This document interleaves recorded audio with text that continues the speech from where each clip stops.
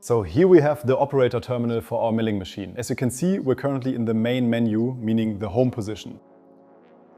From here you can select different operating modes. We have 4 operating modes: setup, manual, automatic and tool change. In setup we can operate the machine more or less manually. I can move all cylinders, run the spindle and jog the axes. This is mainly intended for operators or service technicians. For example, if there are issues and I need to bring the machine back to home position manually or test cylinders and other functions. If we switch to manual, it means I can mill samples manually.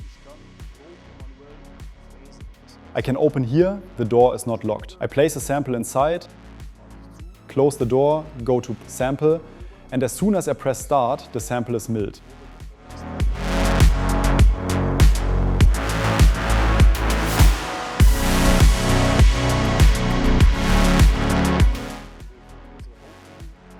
If we leave the main menu, we see different functions, for example, edit program. When I click that, I can edit my programs. For instance, change the spindle speed, feed rate and milling depth.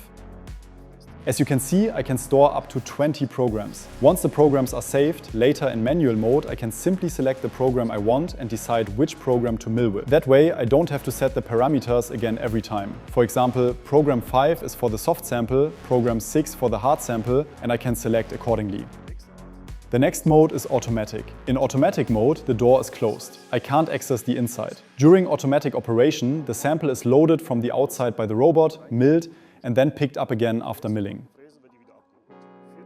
The 4th mode is tool change. When you press it, I can open the door again. Here we have tool left and tool right. To change a tool, you have to press and hold the corresponding tool button. Then you can remove the tool.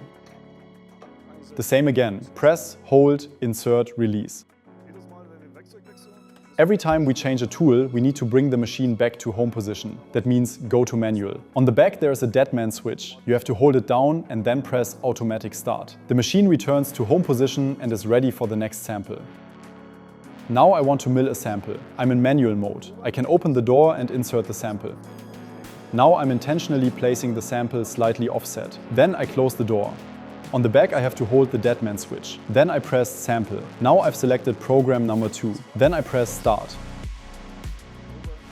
But as we can see, the machine can't mill. That's because the sample wasn't inserted correctly. The machine detected that the sample is not seated properly. The hold down clamp lifts back up automatically and an error message is displayed.